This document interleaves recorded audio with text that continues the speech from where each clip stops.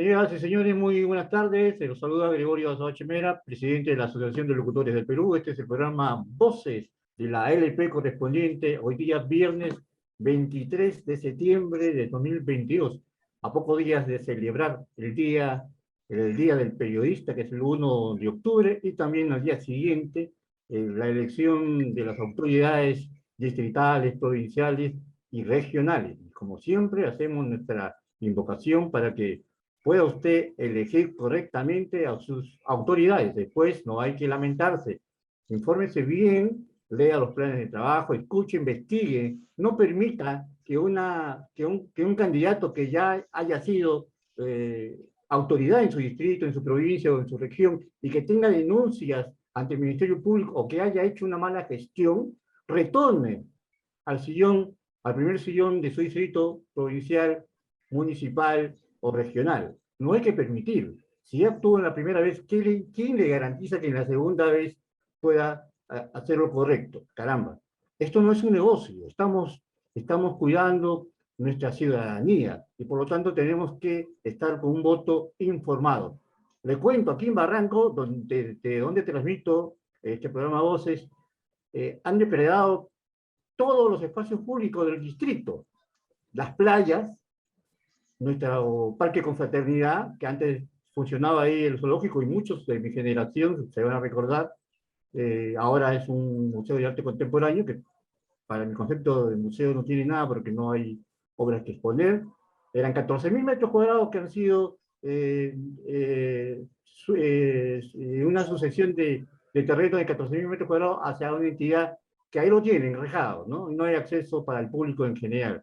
También las construcciones peligrosas que se dan en los acantilados de Barranco, y últimamente hemos perdido con ese, entre comillas, de subasta, el Estadio Unión, un sitio recreativo deportivo de tradición con el sobretexto de que no le alcanza a la municipalidad el dinero suficiente para su mantenimiento. Entonces, entre comillas, estratégicamente, lo subastan, lo concesionan a una empresa formada con un mes de antigüedad y le dan una concesión de años indeterminado para que haga usufructo de un bien deportivo que, bien es cierto, puede ser utilizado por la juventud del distrito. Bueno, ya iremos comentando estas situaciones que se dan en diferentes distritos. Esto lo cuento porque yo vivo en Barranco hace 62 años y he visto la evolución de mi querido distrito que ha venido perdiendo durante los años la hermosura del ser balneario, de sus casonas antiguas, de su tradición, y se ha convertido por malas autoridades, porque la única responsabilidad de que existan malas autoridades es la mala elección que han hecho los vecinos, y que aún insisten y que están postulando para pretender retornar al sillón municipal. Y oh, sorpresa, y algunos gozan de simpatía popular porque le regalan un plato de frijoles, unos caramelos, o se reúnen con la gente mayor utilizando las promesas de trabajo si es que de ganar las elecciones. Hay que tener mucho cuidado, entonces, votemos por un buen candidato que nos proponga desarrollo, que piense en el bien común, en el bien social y no en el individual, que llegado a ocupar el sillón municipal, piense solamente en llenarse, como se dice criollamente, los bolsillos y de sus familiares. Ya estamos viendo también en pantalla nuestro primer invitado, también está con nosotros José Luis Galarza. Él está en el distrito más popular de Lima, como es San Juan de Vigancho. Le damos la bienvenida a José Luis Galarza para antes, después, ingresar con nuestro primer invitado que ha tenido la gentileza de estar a la hora exacta con nosotros. José Luis Galarza, ¿cómo está? Buenas tardes. Ante todo, Gregorio Sabachi, presidente de la Asociación de Locutores del Perú, y nuestro saludo siempre a nuestro amigo Sánchez, presidente de la Federación Periodista, a Delia Reyes y a Sergio. Decirte eso, lo que tú estás contando, también sucede por acá cerca de San Juan de Cajamarca. Y justamente una alumna me está diciendo, profesor, usted que está en los medios, hay una señorita Evelyn, por tercera o cuarta vez postula a Jicamarca como alcaldesa, y que realmente hay muchos traficantes de terrenos, Jicamarca, un poquito más allá de San Juan de Gancho. Entonces, el día de ayer, de cuenta, hemos tenido una lluvia de propuestas en la iglesia San Marcos. y varios candidatos han dicho sus propuestas. Honestamente, algunas son interesantes, pero otras quieren reelegirse. Entonces, honestamente, mira, Gregorio, yo te digo, algunos alcaldes parecen que es un tema de foco de empleos. Así lo están tomando los ciudadanos ya. Un puestecito que me van a dar. Y eso me Así es. sorprendió honestamente. Ujú. Y eso es sorprendente. Imagínate tú cómo han cambiado la política con servicio, un puesto de trabajo. Así es, efectivamente. Impresionante lo que sucede, Gregorio. Después no nos estemos quejando de la mala suerte que tiene nuestra jurisdicción, nuestro distrito, por sus autoridades que han sido elegidos democráticamente, ¿ah? Porque hasta el momento mantenemos, gracias, la democracia que nos permite elegir libremente. Y está con nosotros el historiador Ricardo Pinto Basurco Mendoza, magíster en gestión del patrimonio cultural por la Universidad Nacional Mayor de San Marcos, encargado del área de ediciones, publicaciones e investigaciones del Instituto Raúl Porras Barrenechea, Centro de Altos Estudios y de Investigaciones Peruanas de la Universidad Mayor de San Marcos. Es segundo vicepresidente del Instituto San Martiniano del Perú y director de su Comisión de Cultura, miembro de la Comisión de Historia de la Benemérita Sociedad Fundadores de la Independencia. También cuenta con publicaciones y con importantes colaboraciones en diferentes revistas especializadas.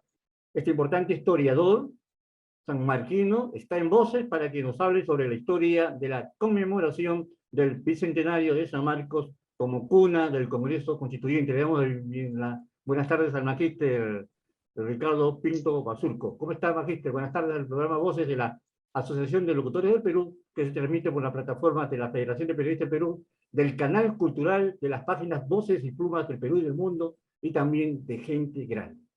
Buenas tardes. Buenas tardes, muchas gracias por la gentil invitación. Bueno, ahí quiero aprovechar al mismo tiempo para saludar a todas las personas que están involucradas en este programa, bueno, a todas las personas que participan y obviamente al público que pues, nos está observando en esta hora de la tarde. Muchas gracias por la convocatoria para hablar de un tema bastante interesante y muy poco tratado, ¿no? Teniendo en cuenta que se ha cumplido ciertamente el bicentenario de la primera convocatoria, o la primera asamblea constituyente, el 20 de septiembre de 1822, y en la cual estuvo involucrada la Universidad de San Marcos, tanto como institución y evidentemente pues a través de sus hijos, de sus representantes, quienes fueron quienes a lo largo del tiempo tuvieron una participación muy activa en este proceso que llevó a la creación, al nacimiento de la República, que pues también está a portas de conmemorar su bicentenario. Que eso es un dato que también tenemos que tener muy presente, ¿no? Hemos conmemorado el año pasado el bicentenario de la proclamación de la independencia, pero todavía no hemos conmemorado el bicentenario del nacimiento de la República, que eso es cuando se da la primera constitución, que todavía falta un año, ¿no? Usted nos había preparado una exposición para ubicar a todos los seguidores a través de las redes sociales que nos sigan Sí. a través de nuestra página y también del Perú y del mundo, ¿no? Porque están muy atentos al programa. Bueno, básicamente son unas imágenes de referencia para que el público entienda un poquito de manera más fluida lo que voy a mencionar, lo que vamos a conversar, ¿no? A ver, entonces voy a compartir la pantalla con ustedes. Sí, correcto, sí, tiene libremente para compartir nuestra pantalla. No sé si ya se ve. Sobre la importancia de este hecho histórico. ¿Ya es posible verla? ¿Se ve? Sí, correcto, perfecto. Ya. Ya, entonces voy a agrandar esto. Correcto. Pues bien, mencionaba, ¿no? que la Universidad de San Marcos tuvo una participación muy activa en lo que fue la conformación, es más, la concepción y la conformación de lo que fue la primera Asamblea Constituyente. Para esto nos tenemos que remitir pues, a muchas décadas antes, porque hay que tener en cuenta que esto no solamente fue una idea de gente que vino de fuera, ¿no? Fue una idea que también tuvo personajes personajes nacionales que estuvieron involucrados básicamente en lo que fue el pensamiento, ¿no? La ideología, la concepción a través de las diferentes manifestaciones filosóficas políticas que lograron comprender y ver, tener una visión de un sistema de gobierno adecuado para el Perú. Bueno, evidentemente llega San Martín, hace la proclamación de la independencia, pero posterior a eso, los meses que se vivieron hasta el 20 de septiembre de 1822 no fueron fáciles para la sociedad peruana. La emoción social que se vivía era demasiado fuerte.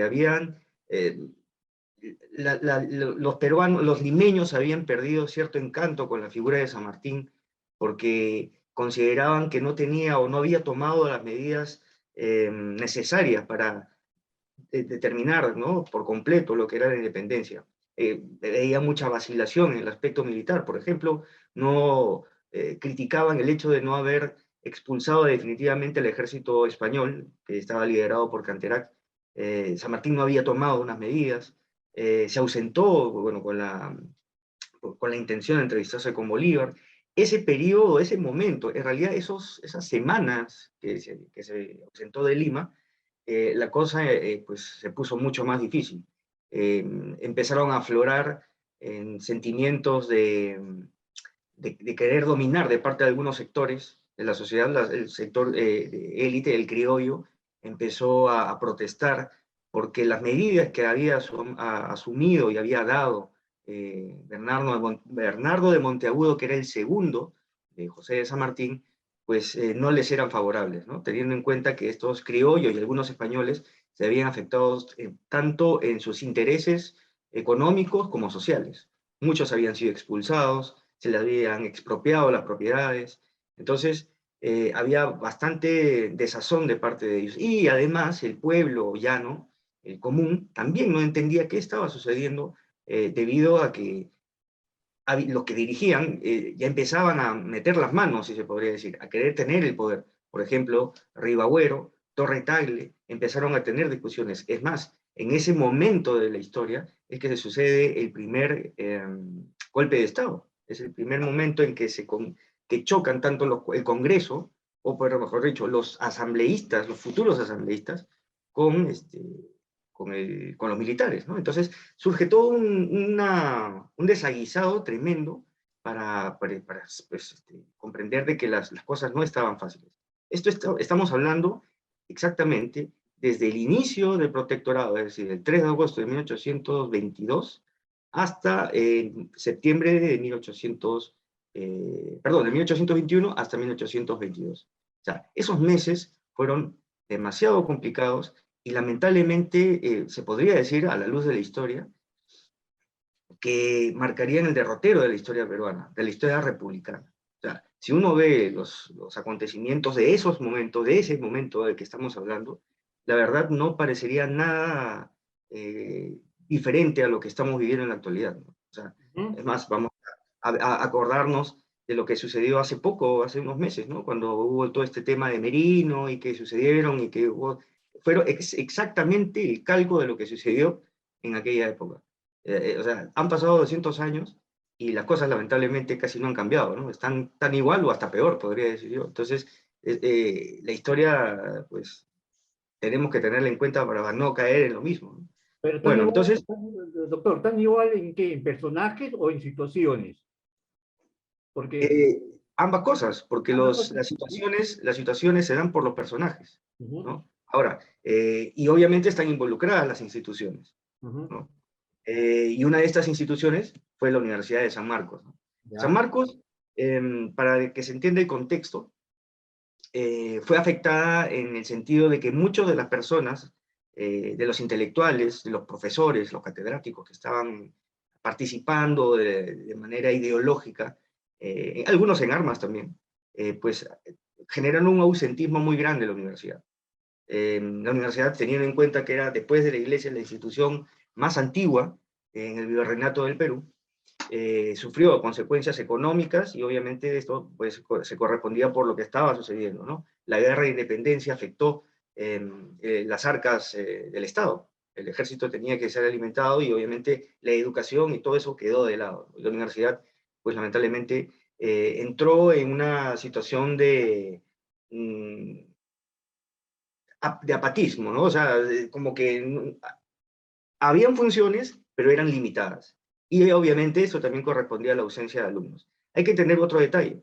que la universidad, como institución, tenía un anexo que era el Convictorio de San Carlos. El Convictorio de San Carlos era como lo que podría entenderse hoy como la Facultad de Derecho, algo así. ¿Ya? Entonces, los carolinos, que como se llamaban en esa época, pues, que estaban relacionados a San Marcos, fueron los primeros en abrir la brecha ideológica para la implementación de un sistema que sea pertinente para el Estado. Ahí encontramos a personajes, uno clave, por ejemplo, Estorido Rodríguez de Mendoza, que había sido por muchos años, como 30 años, catedrático principal y pues, rector del Convictorio de San Carlos. Él tuvo bajo su mano, bajo su pupilo, o de su pupila, tuvo a Justino Sánchez Carrión, a Francisco Javier Mariátegui, a personajes, José Gregorio Paredes, ¿no? O sea, personajes que en el momento clave de la transición del régimen antiguo, es decir, el virreinato, al nuevo régimen, que todavía no se sabía qué iba a hacer, porque estaba pues la decisión entre la propuesta política de San Martín y Monteagudo, que era una monarquía constitucional, o optar por la república. Es más, había hubo una tercera propuesta, que era la de hacer una monarquía, no parecida a la constitucional, pero una monarquía menos absolutista que la que existía cuando existía el virreinato, ¿no? Entonces, estos personajes que he mencionado, y pues tenemos también a Hipólito Unanue, bueno, y en fin, una serie de José Francisco Javier Mariátegui que ya mencioné, Luna Pizarro, Carlos Pedemonte, bueno, en fin, varios personajes que fueron el engranaje, lo que en su momento Jorge Basadre llamó la clase media ilustrada, ¿no? Esta clase media ilustrada que tuvo pues en sus manos y en la pluma, pues básicamente la responsabilidad y el peso de crear un nuevo sistema, porque fueron ellos básicamente los que crearon las normas y las leyes que sirvieron de pilares para que se cree la Constitución, donde se establece que se determina el sistema de gobierno que es la República. Además que obviamente tuvieron una lucha constante en la tribuna, es decir, en el debate. Una cosa que muchos se olvidan, que no se menciona. Antes de la Constitución, la Constitución va al final, ¿no? El establecimiento de la primera Asamblea Constituyente, el mismo año, en 1822, para ser exactos, en enero, el 10 de enero de 1822, Bernardo de Monteagudo funda la Sociedad Patriótica de Lima. La Sociedad Patriótica de Lima fue un ente colegiado, mas no tuvo representación del pueblo. Fue una especie de ensayo de lo que vendría a ser luego el Congreso Constituyente. Ahí pues se estableció ciertas pautas, y más el debate principal fue el que ya mencioné, que fue qué sistema le convenía al Perú, si era la república o una monarquía constitucional, o algo parecido a una monarquía, ¿no? Entonces, ahí se dio este debate ideológico y político. Lamentablemente no llegó a más esa sociedad, de sociedad literaria duró solo 6 meses, con esporádicos debates, pero fue una especie de prueba, ¿no? Un ensayo, ¿no? Un pequeño laboratorio político para lo que después ya sería el Congreso Constituyente, teniendo en cuenta que la sociedad patriótica no tenía carácter vinculante y no era representativa. Entonces, ¿no? Entonces las personas que participaron de esto, y básicamente Francisco Javier Mariátegui, resaltó que era necesario tener una representación. Por eso se le presionó a José de San Martín para que convoque a elecciones, para que cada lugar elija su representante y esto vaya al Congreso. Cosa que que se dilató. Hay que tener en cuenta que José de San Martín tuvo la iniciativa de hacerlo el 27 de diciembre de 1821.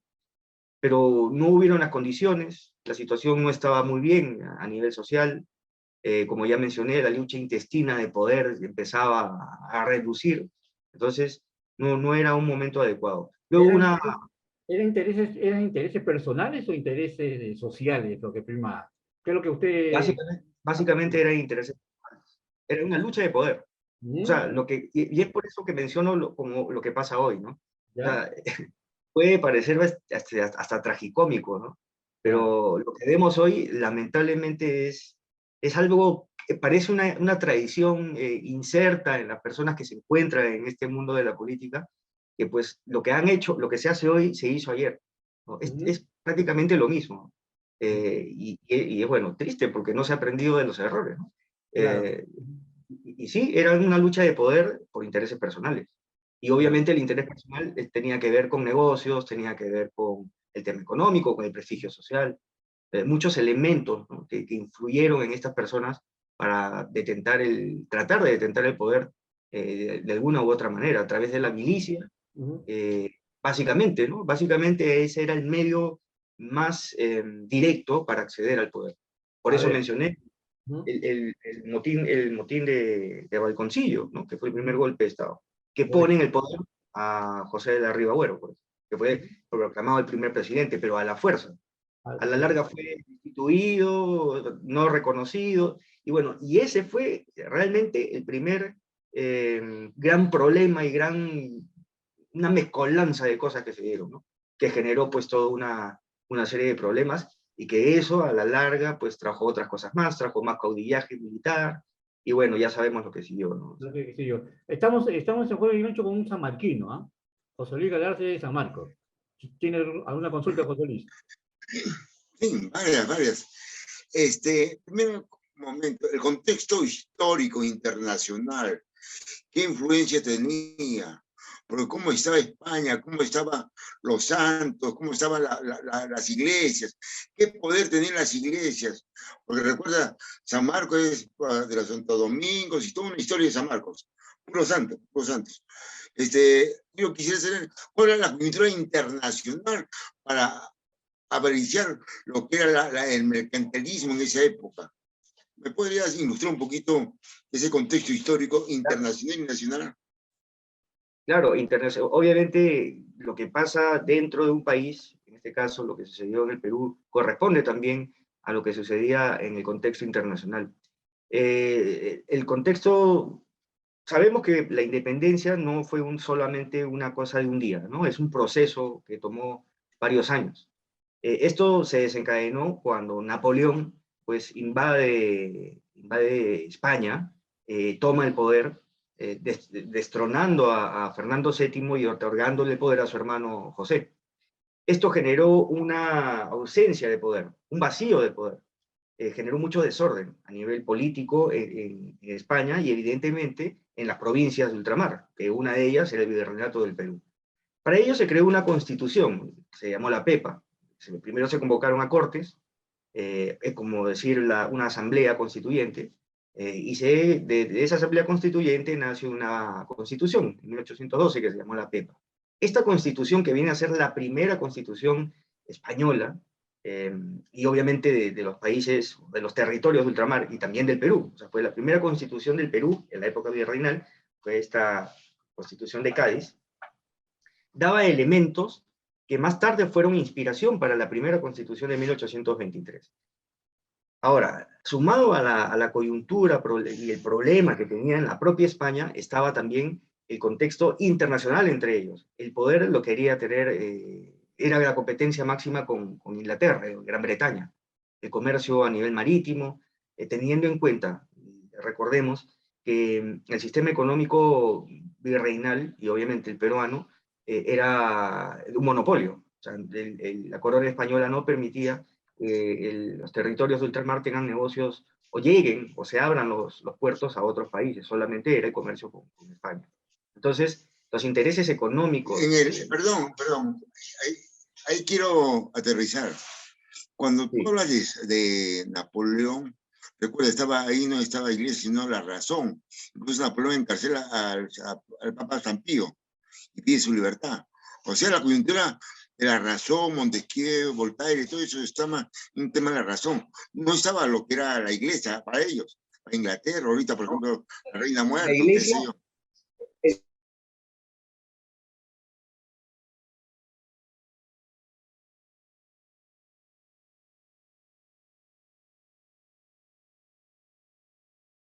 Cuando se proclama la independencia, aquí la primera institución a la que San Martín acude de manera estratégica es a la iglesia. teniendo en cuenta pues, los problemas que eso podía ocasionar para el arzobispo del momento, ¿no? Pero a pesar de eso, pues la Iglesia se dio cuenta de que ya el poder político que tenía España se había perdido, porque el Perú, tengamos en cuenta, era el último reducto de Sudamérica. Los demás países ya habían, de alguna forma, tenido una cierta expresión de libertad, ¿no? Tenían juntas de gobierno, más no tenían a veces proclamaciones, ¿no? Entonces, sí, aquí juega, he mencionado por eso, y empecé con lo económico, pero definitivamente la parte, la participación de la Iglesia en este momento de la historia es muy importante, porque sí, tuvieron bastante incidencia en lo que se hizo. O sea, usted mencionó a la Universidad de San Marcos, claro, que de origen de dominico, ¿no? Pero además teníamos otras órdenes regulares en el Perú, estaban los franciscanos, los agustinos, los mercedarios. Entonces, que no se quedaron de lado, al contrario, participaron en el proceso emancipador. Hay una... Esta visión del derecho, quiero aterrizar sobre el derecho. Recordemos, el derecho romano tuvo bastante influencia.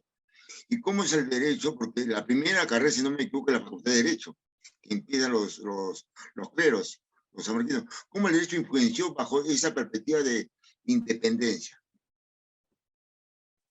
A ver, la primera carrera, o bueno, primera cátedra que se dicta en San Marcos, desde que se instala la universidad, es la cátedra de teología, la que ya es más, tenía un antecedente desde 1548, cuando dictaban los dominicos. Recordemos que la universidad, si bien es cierto, se funda en 1551, pero entra en funciones recién en 1553. Pero la primera cátedra que se da es la de teología. Jurisprudencia, que era el nombre que hoy decimos derecho, la cátedra de jurisprudencia, es recién del siglo XVII, entra después. Pero las formas como se llevaron a la época de la independencia, claro, tuvo una evolución. Y sí, lo que se llevó o lo que se entendía aquí tenía que ver mucho con la inspiración de la Ilustración, ¿no? Como ya lo mencionó Montesquieu, o Thomas Paine, por ejemplo, fueron los principales inspiradores para los próceres de la independencia. Estos personajes, estos precursores, no, próceres no, precursores, ¿no? Los pensadores de la independencia, que ya mencioné, por ejemplo, y el más grande es Toribio Rodríguez de Mendoza, ¿no? Que fueron los que propusieron a través del Convictorio de San Carlos las leyes o las ideas filosóficas, la filosofía política, que luego se transformarían en leyes. Por eso, la primera constitución, la de 1823, tiene ese matiz que Raúl Porras Barrenechea en su momento dijo que era de un papel, un documento demasiado evolucionado para la época, en la cual se transmitía básicamente el valor de la virtud y la moral, que es lo que básicamente Montesquieu pues, narra o expresa en sus libros, ¿no? En sus manifestaciones a través del derecho. Entonces, sí, la influencia tanto del derecho, porque teniendo en cuenta que lo del Convictorio de San Carlos, en su mayoría eran pues, letrados, eran jurisprudentes, entonces tenía el derecho una participación en este momento de la historia para crear las normas y las leyes futuras muy importantes. La imagen que estamos viendo es de donde se instaló la primera asamblea, ¿sí? ¿De la casona de San Marcos? Sí, lo que vemos aquí, exacto, lo que vemos aquí es parte del salón general del antiguo edificio de la Universidad de San Marcos. Lo que hoy es, bueno, ya no existe lamentablemente, estaba ubicado en lo que son ahora los terrenos, o es el terreno que se ubica el Palacio Legislativo. Ya. Esta cámara, son dos partes, esta es la capilla, aquí se hizo la juramentación de los constituyentes, es más, aquí se juró también, la universidad juró la independencia el 31 de julio de 1821, posterior a la proclamación, y aquí es donde se hicieron las sesiones de la Asamblea Constituyente. ¿Ya? Esto no está ubicado en la casona de San Marcos actualmente. No. Esto ya no existe, lamentablemente. Lo único que existe, y que ¿Ya? sí pueden verlo, es, no sé si aprecian, hacia el medio derecho, ¿no? Hay eso se llama no sé si lo puedo señalar con esto. Sí, ahí sí, lo puedo señalar. A ver, ya. Esto de acá ¿Ya? es la cátedra. Eso es, de todo lo que existe, lo que ven aquí en la imagen es lo único que ha llegado a nuestros días. Ya. Esto está en la casona de San Marcos. Sí. Ha sido declarado hace poco Patrimonio Cultural de la Nación. Es más, tiene una particularidad. Aquí, bueno, no se aprecia muy bien, pero aquí en esta parte, cuando uno la ve en vivo y en directo, tiene un escudo, o sea, es decir, tiene el escudo de San Marcos como tal, pero se le ha quitado la esencia, o sea, a San Marcos, la Lima, los pilares, y se puso el escudo del Perú. O sea, es el escudo de San Marcos y el escudo del Perú uno fusionados. ¿No? Tiene esa particularidad, ¿no? Es la única versión que existe de ese escudo, pues en todo lo que se refiere a la historia, por lo menos las reminiscencias que han llegado hasta el día de hoy. Bueno, ¿Cómo como se decía, llama? Doctor Ricardo, disculpe que lo interrumpa. ¿Qué arquitectura predomina acá? Porque veo una arquitectura y banistas. ¿Qué arquitectura predomina acá en esta época? Porque veo esos talleres elegantes. Es algo ecléctico, porque el edificio se hizo a finales del siglo XVI.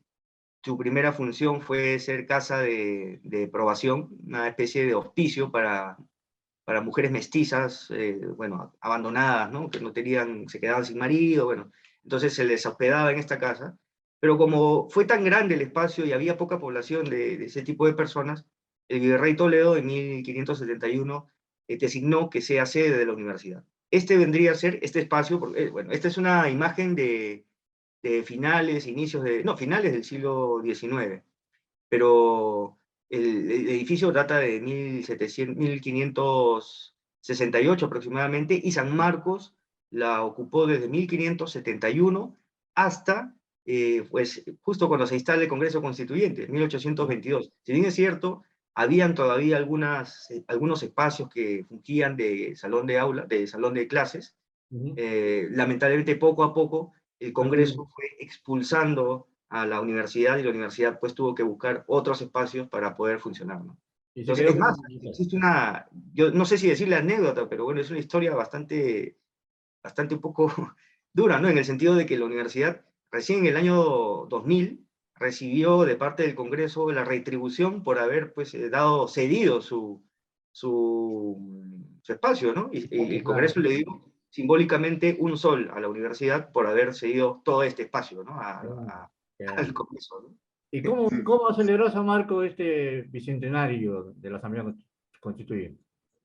Bueno, se hizo ayer justamente una pequeña romería, ¿no? Se convocó a la juventud, bueno, y al cuerpo catedrático y a todas las personas, en general al sanmarquino, pues para que sienta que también es parte de esto, porque yo más bien agradezco el hecho de que ustedes hayan convocado a esta conversación, porque mucho de la historia de San Marcos, por no decir todo, está relacionada a la historia del Perú. Entonces, es necesario que la historia de San Marcos sea reivindicada como tal.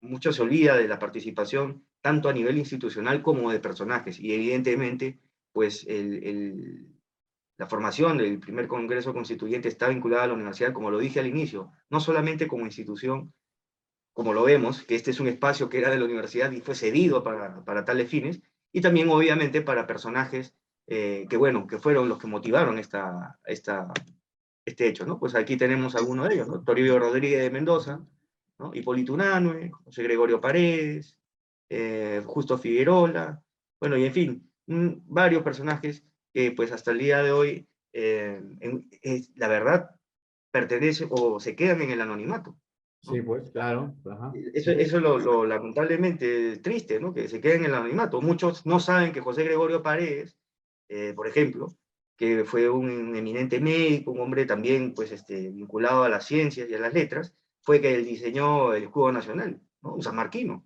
Entonces, esos detalles, ¿no? Por dar un pequeño ejemplo, es importante que se deba no solo dar a conocer, sino que se difunda, ¿no? Que se promocione, claro. Hablando de ciencia, San Fernando, ¿me podría hablar un poquito de San Fernando? Y siempre es un mito, San Fernando, medicina, ¿cómo es San Fernando? ¿Lo pueden narrar un poquito? Claro, San Fernando también tuvo un papel muy importante en el proceso emancipador. Tengamos en cuenta que San Fernando no es lo que entendemos hoy, ¿no? Hoy es una facultad de la universidad. Antes, en esa época, mejor dicho, no tenía categoría de facultad. Era el lugar donde se dictaba la cátedra de medicina, más no existía el criterio de facultad. Entonces, Ahí, pues, era el territorio de Hipólito Unanue, ¿no? Ahí, pues, él fue el que diseñó los estudios de medicina. Medicina entendía no solamente la parte clínica, incluía, por ejemplo, psicología, ¿no? Otro tipo de estudios, no, lo que hoy no podríamos considerar medicina propiamente dicho, ¿no? Entonces, la participación que tuvo San Fernando en el proceso emancipador fue importante porque ellos fueron los primeros, antes que la misma universidad como tal, juraron la Constitución, juraron la independencia. Tengamos en cuenta que aquí estaba relacionado lo que antes era llamado el protomedicato. El protomedicato era como, en el símil podría ser una especie de ministerio de salud, vamos a ponerlo así, ¿Ya? ¿no? Era una institución que velaba por el buen desarrollo de la medicina. Entonces, ahí, pues, evidentemente estaban todos los sanmarquinos, ya mencioné a Hipólito Unanue o José Gregorio Paredes, también que ya lo mencioné, que tuvieron una participación muy activa. No solamente se quedaron en el ámbito de la ciencia clínica, médica, sino que también su capacidad logró que fueran políticamente activos. Correcto. Más, ¿no? No solamente políticos, sino también de hecho. Ya mencioné, por ejemplo, el que diseñó el escudo nacional, ¿no? O sea, fueron Sí. personajes que trascendieron mucho más allá del ámbito en el que se desenvolvían, ¿no? Y bueno, y por eso son, como lo mencionó a su turno Jorge Basadre, ¿no? Que fueron estos verdaderos patricios, padres de la patria, que pues, en virtud de ellos es que tenemos que conmemorar esto de la mejor manera, tratando Así es. de abstraernos de la realidad, De ¿no? la realidad que vivimos actualmente. Correcto, Magíster, por este recuento, este recordar de nuestra historia que tenemos que tener presente. Ya, muchas gracias por estar esta tarde con nosotros en el programa Voces. A ustedes, muchas gracias y bueno, espero que la pasen muy bien y gracias por la gentil charla que hemos tenido hoy. Muy amables. Ahí estuvimos con el Gracias. historiador Ricardo Pinto Basurto Mendoza, magíster en gestión pública y gestión del patrimonio cultural por la Universidad Mayor de San Marcos. Ya estamos con nuestra segunda invitada, Patricia López. Sí, la vemos en pantalla, Patricia López, para que se conecte con nosotros. eh, la doctora Patricia López desde San Luis de Cañete, Sí, buenas tardes. Soy Patricia López de Cañete y bueno, aquí abogada, estoy. es regidora distrital, participante activa en la mesa de trabajo afroperuana. Ella colabora también con la Liga Peruana de Lucha contra el Cáncer y es parte de la Asociación de Arte y Cultura Santa Efigenia.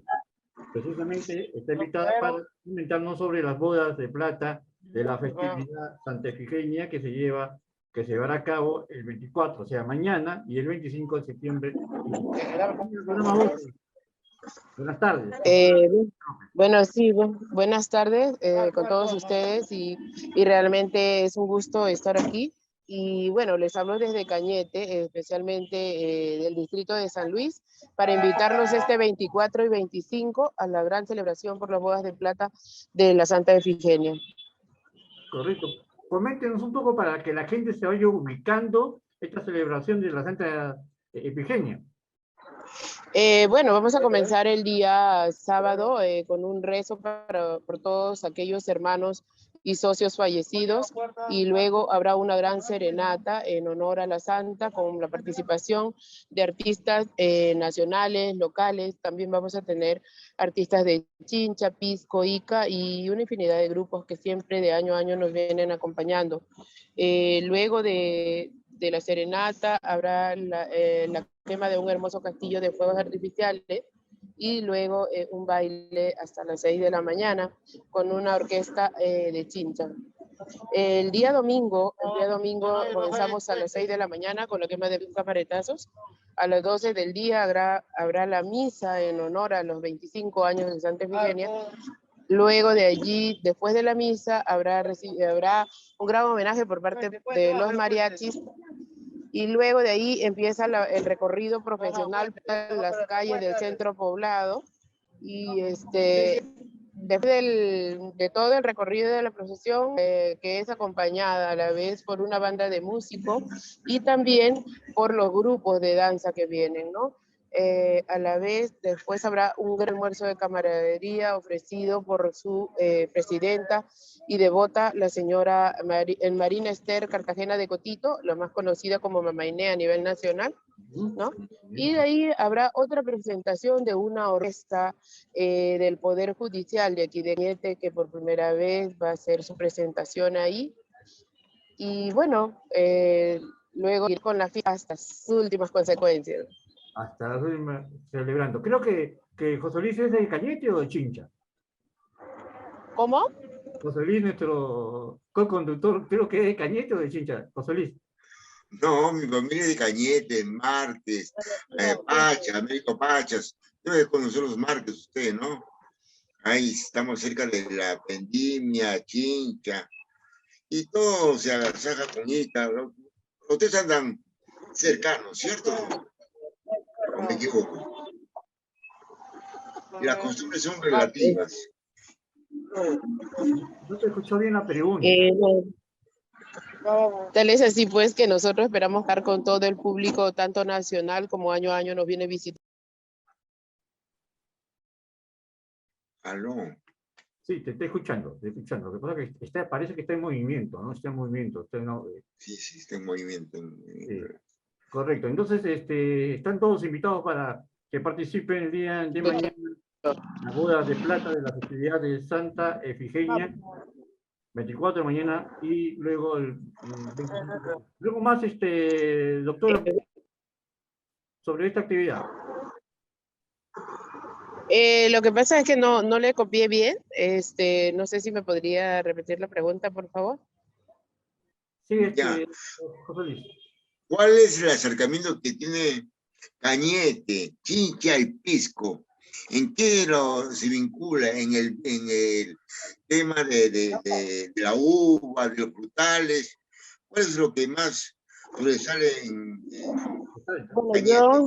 yo como sureño que soy, le diría de que nos vincula mucho con Chincha y con todo el sur, porque una, la comida, dos, las danzas que se practican casi son similares, y bueno, sobre todo la amistad que hay entre los pueblos hermanos, ¿no?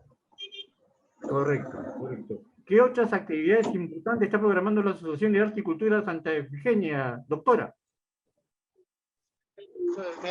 Bueno, nosotros durante el año hacemos muchas actividades. Por ejemplo, después de que pasa la fiesta, nosotros nos preparamos para dar los regalos y agasajos a los niños y adultos mayores para la Navidad.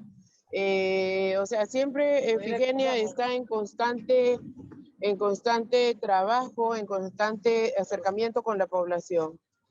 Correcto, que es lo muy importante. ¿Y cuál es el trabajo que usted realiza en la Liga Peruana de Lucha contra el Cáncer?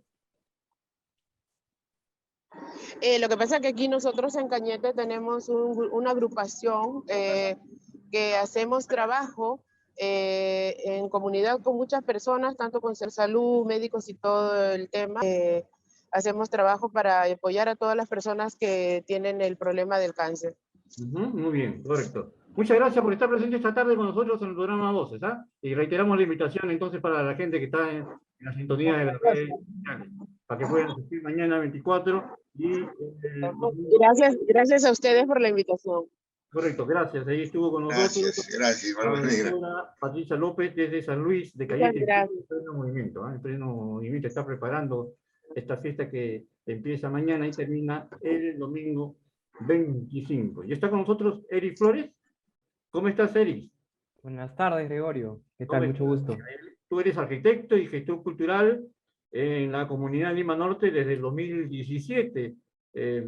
Nos va a dar a conocer el recorrido cultural de este sábado a las Haciendas Lima Norte Infantas, organizado por la comuna Lima Norte, que es un colectivo cultural que busca integrar como una comunidad artística, promoviendo y difundiendo espacios para la práctica y exhibición de proyectos artísticos y culturales de manera participativa. Explícale un poco a la gente que nos sigue a través de las redes sociales en qué consiste el trabajo que vas a realizar el día de mañana, ¿verdad? Bienvenido Sí, correcto. a Voces. ¿Cómo estás? Correcto, Gregorio. Nosotros tenemos un colectivo cultural que se llama la Comuna Lima Norte, ¿no? Y el objetivo de la Comuna Lima Norte es dar a conocer todo en cuanto se realice en esta zona de Lima en torno al arte y a la cultura, ¿no? Estamos tratando de tejer una red en la cual nos podamos conocer todos los implicados en esta zona de Lima Norte, y realizamos varios eventos, ¿no? Tenemos, digamos, un radio de acción bien grande, pero vamos a reactivarnos, digamos, después de lo que ha ocurrido en estos 2 años de pandemia, realizando estos recorridos culturales, ¿no? Cuyo objetivo es dar a conocer a la gente de Lima Norte lo que existe en esta parte de la ciudad de Lima, ¿no? Muchas personas eh, creen que Lima Norte, pues, en esta zona de aquí era un desierto y no existía nada, ¿no? Lo cual es totalmente incorrecto. En esta zona de Lima Norte existieron personas viviendo y existieron un montón de sucesos que queremos contarlos justamente el día de mañana. Vamos a poder ingresar a una de las pocas eh, casas, haciendas que quedan en la ciudad de Lima, ¿no? Hay ¿Tienes algunas mucho... imágenes para compartir, Sí, sí, claro. ahí para que el público vaya observando y tú vas explicando? Sí, mira, nos vamos a reunir el día de mañana, desde las 9 de la mañana, y luego vamos a ir hacia la Hacienda de Infantas. La ubicación en donde nos vamos a ubicar es el paradero Plaza Vea de Pro. Esto está a la altura de la primera entrada de Pro, es el límite entre Los Olivos y San Martín de Porres. Y bueno, la Hacienda de Infantas está solamente a una cuadra, ¿no? Ya. Bueno, de alguna manera quería mostrarle imágenes sobre la hacienda. A ver, para que vaya la gente que conociendo y luego pueda asistir a este recorrido que ustedes están organizando, ¿no? Es interesante conocer toda la historia de nuestra Lima. Sí, claro. Correcto. Ahí está, No, compartiendo la pantalla. me está cargando y no puedo verla. Muy bien. No sé por qué. Recorrido a pata de perro, ese cultural. Sí, le hemos puesto ese nombre porque, bueno, vamos a recorrer a pie, ¿no? Ujú. Nuestro logo de nuestro grupo es un perrito, por eso que le hemos relacionado de esa manera. La verdad que no puedo compartir las imágenes, no sé si es porque está muy pesado. No sé. De repente está muy pesado. Pero bueno, mañana inician a partir de qué hora? Nos vamos a reunir en el paradero Plaza Vega de Pro desde las 9 de la mañana y Ya, estaremos llegando, bueno, en realidad es un tramo corto de caminata, ¿no? ya. Pero la idea es llegar 10 de la mañana ahí en la Casa Hacienda, ¿no? ¿Cuántos colectivos ustedes han podido reunir para que puedan participar? ¿O es libre la invitación? La invitación está abierta para los vecinos de Lima Norte, no se requiere ningún requisito, ni tampoco ningún pago, es gratuita, pero bueno, digamos que nos estamos juntando 4 colectivos, Ya. el principal, digamos, que es un colectivo de arquitectura de la Facultad de Arquitectura de la UNI, que se llama FAO Sketch. Ellos son unos chicos que dibujan arquitectura a mano, ¿no? Es una práctica cada vez menos vista, ¿no? El dibujar arquitectura a mano. Y también estamos trabajando con un gestor también, digamos, de acá de Lima Norte, que promueve destinos turísticos, que pueden ser turísticos en todo caso, que es Cristian Pantoja, y también con un compañero que es actor, que es Víctor Apeña, que va a hacer una puesta en escena también, porque la idea del recorrido es generarte una experiencia, no solamente es ir y contar lo que existía ahí históricamente o arquitectónicamente, sino que queremos copiar un poco el modelo que se ha ido realizando en otras zonas, como el Callao, como el Presbítero Maestro, en Ya. donde a través del teatro también se cuentan historias, ¿no? Ujú, Eso claro. queremos generar toda esa experiencia y de alguna manera generar un ambiente virreinal, digamos, ¿no? De siglo XVII, por así decirlo, para que las personas entiendan lo que fue esto y qué es los demás hechos que ocurrieron a lo largo del siglo XVIII, siglo XIX, siglo XX, y el por qué esta zona de Lima, de alguna manera, hoy en día es lo que es, ¿no? Hay Claro. muchas cosas que explicar, ¿no? Por ejemplo, unas cosas que a mí me llamaron bastante la atención, yo estudié aquí en Comas, en la avenida Trapiche, y bueno, estudié en un colegio peruano-japonés, ¿no? Ujú. Entonces, yo siempre me pregunté por qué en esa zona habían bastantes Por eso. descendientes japoneses y chinos, ¿no? Mis mejores amigos son de ascendencia japonesa, ascendencia china, apellidos Tong, Higa, ¿no? Cosas así. Entonces ya yendo investigando poco a poco, yo llegué a, digamos, entender por qué era esto, ¿no? En la Hacienda Infantas llegaron muchos inmigrantes a trabajar justamente, ¿no? De ascendencia japonesa y china. Ujú, Y claro. posteriormente, bueno, y ya después de la reforma agraria y todo eso, se quedaron en esta zona, ¿no? E incluso ya generaron una pequeña especie de colonia en la parte de Comas de Trapiche, como mencionaba. Interesante, interesante. Sí, José Luis, ¿alguna consulta para Eric? Eric Flores. Sí, sí, simplemente el tema de la tecnología, acabas de hablar de la arquitectura, ¿no? Hoy día la arquitectura también se utiliza también dentro de la tecnología de la UNI, ¿no? Porque mi hermano, mi hijito estudia en mecatrónica, ¿no? Ya terminó su carrera, ingeniería mecatrónica, y justamente lo veo los diseños, ahora ya no manual, todo acá de afirmar que es manual. ¿Cómo relaciona lo manual con este tema tecnológico que lo estamos usando en estos momentos? Porque recuerda, Comas, uno va a Comas, va a Caraballo, va y lo que era antes chacras, y tú lo has dicho, era la mixtura pluricultural, multicultural. ¿Qué es lo que quieren rescatar ustedes ahí? ¿Qué identidad tiene Comas, en pocas palabras? Bueno, averiguando justamente en la historia, nos hemos dado cuenta de que Comas es en realidad una zona en la que confluyeron bastantes culturas, ¿no? Ya estaba mencionando de los inmigrantes japoneses y chinos. Bueno, también en todo lo virreinal hubo estos grupos culturales de etnias negras, también descendencias ibéricas, y también criollos, ¿no? Indígenas también, ¿no? Comas nos hemos dado cuenta de que justamente es eso, es una mixtura y va mucho del lado también de lo que ocurre años posteriores, en los años 40, en los años 70, de las inmigraciones que han venido, ¿no? Es una mixtura, Comas, ¿no? Es un ejemplo de justamente de mezcla de diferentes culturas, como yo mencionaba, tengo amigos que o sea, no entendía por qué tenían apellidos chinos o japoneses, ¿no? Y bueno, eso, ¿no? Hemos visto de que hay otras manifestaciones también justamente que celebran la diversidad en Comas, como Fiteca, que es muy conocido, ¿no? Creemos que eso, ¿no? Es mixtura, Comas es mixtura y se puede ver eso también por todos lados en el distrito y en la zona de Lima Norte, yo diría, en general, que es como ya Claro, pero tú hablas un un tema, conjunto. ¿no? Que los apellidos ya no son auténticos. Mi abuelita, por ejemplo, se apellidaba Lulichak, Correcto. Lulichak, y su mamá que lo crió le puso Sánchez. Entonces yo soy Galarza Sánchez, debería ser Galarza Lulichak.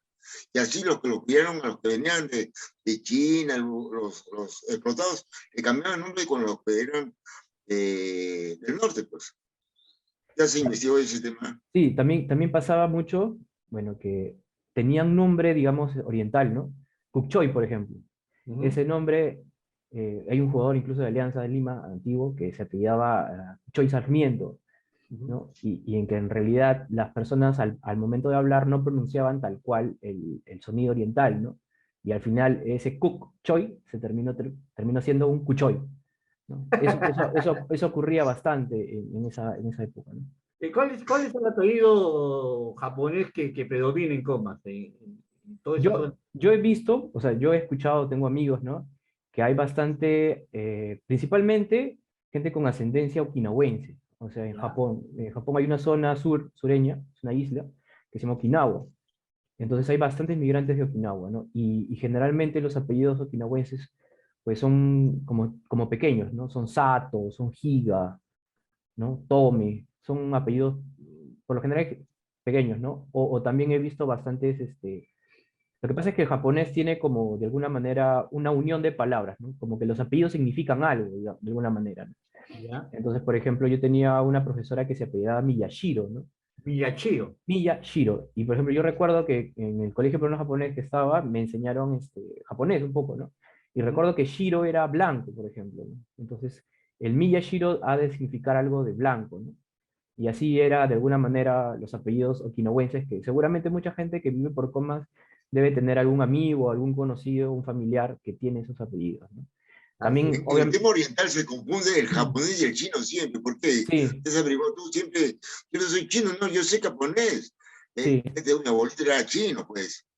¿No? Porque yo correcto, digo, soy un takutaku, me digo yo. Sí, no. correcto, sí, sí, es verdad eso, ¿no?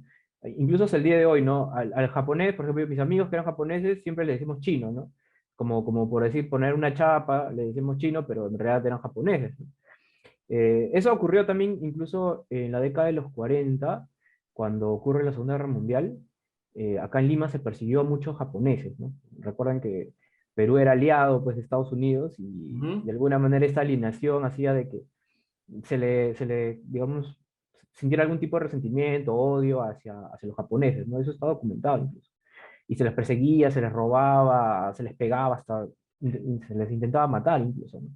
Y Claro. esta casa hacienda, eso también salió en esta investigación que estábamos haciendo, esa casa hacienda sirvió mucho de refugio para esos japoneses que justamente habían sido perseguidos, ¿no? Ujú.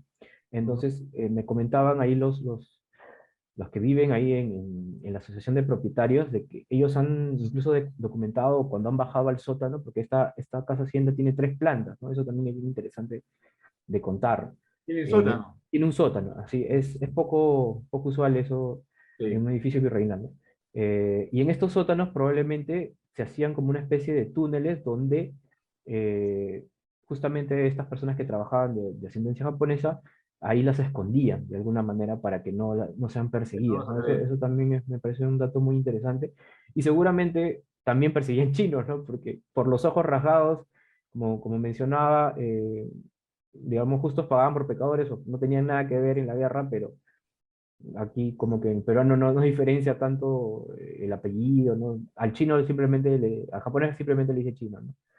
Así es, correcto. Gracias, Eric Freud, por esta explicación tan Exacto. cultural que nos ha brindado y invita a la gente para que pueda participar de esta actividad que realizan ustedes.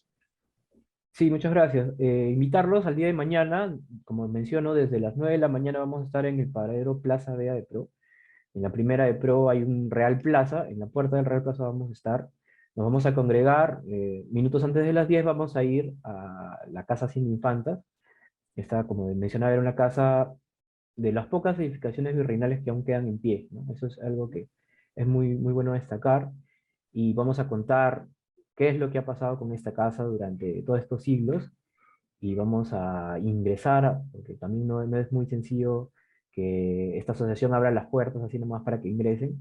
Vamos a poder ingresar, vamos a poder ver los interiores, de alguna manera hemos estado de alguna manera vinculados con una comunidad de arquitectura para que puedan observar, digamos, in situ, ¿no? Cómo se ha construido, ¿no? Es bien interesante que se puede ver ahí la construcción de alguna manera en base, ¿no? De ladrillo cocido y ya hacia los pisos superiores de quincha, ¿no? Es ¿Quién típico está sistema. resguardando la casa? ¿Qué institución o qué ente está resguardando La la Asociación de Propietarios del Pueblo Infanta, así se llama, ¿Mm? ¿no? Es el grupo que vive en esa parte, ¿no? Y bueno, ellos desde el año 70 me parece que ya son propietarios de la casa y lo usan como local comunal, ¿no? Correcto. Ujú. Lo tienen bien, un buen mantenimiento para que... Lo tienen limpio, que es lo más importante, porque durante muchos años también sirvió de tiradero, cosas así, ¿no? Eso es patrimonio ya desde el 2019, también es importante ¿Quién lo mencionar. rescató? ¿Sabes quién lo rescató? Porque...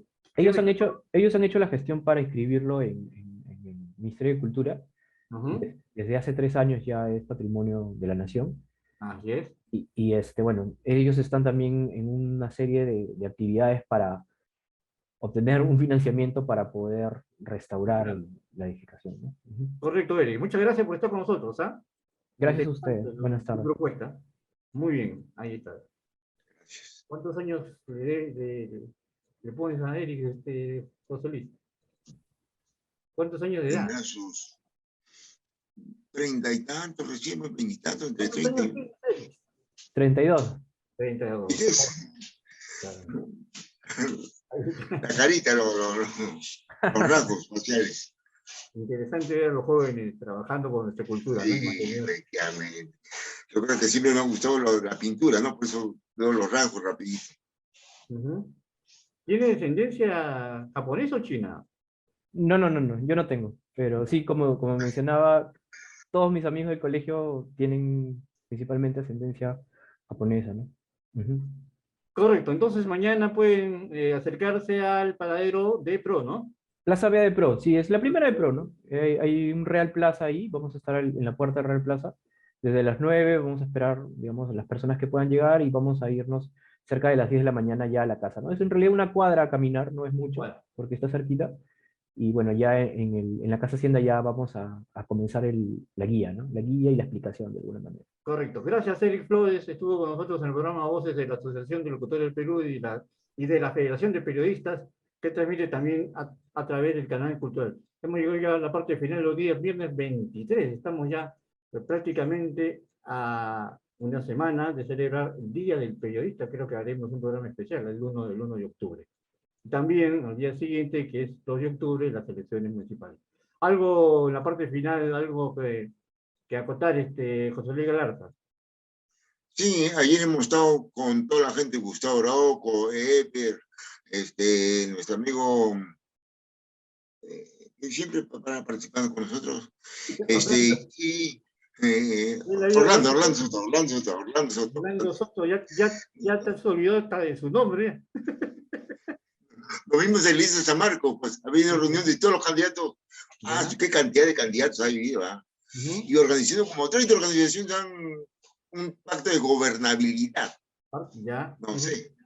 Claro. Ojalá que salga el resultado, pues, pero no para el bien de nuestro pueblo, Gregorio. Como tú dices, a nosotros nos indispone realmente que vea la guerra contra sucia, honestamente. Contra sucia. Claro. No sabemos qué cosa va a haber. Sí, pues claro. El pueblo cada día más se divide. Sí, cada día, no, y hay gente, hay candidatos escrupulosos que no obstante haber ya ejercido o haber sido autoridad de un distrito, de una provincia o una región, quieren volver a repetir el plato, ¿no? ¿Cuál será su interés para terminar el proyecto? Algunos dicen para terminar nuestro proyecto que se vio cortado por la corrupción y por la mala gestión que han realizado, ¿no? Eso es lo que queda bien y claro, ¿no? Eso sucede acá en mi distrito de Barranco, ¿no? Que hay candidatos que quieren retornar al sillón municipal porque dicen que han sido cortados en su proyecto de desaparecer los espacios públicos, de convertir en Barranco en callejones aéreos. Por eso hay que estar atento y estar bien informado al respecto. Muchas gracias, José Luis, porque ya estamos con la hora, ¿ya? Agradeciendo a Erwin López. Y feliz primavera, feliz día de la juventud a todos. Bendiciones a todos los jóvenes. El día de la primavera. También, muchas gracias por estar con nosotros. Gracias, Erwin.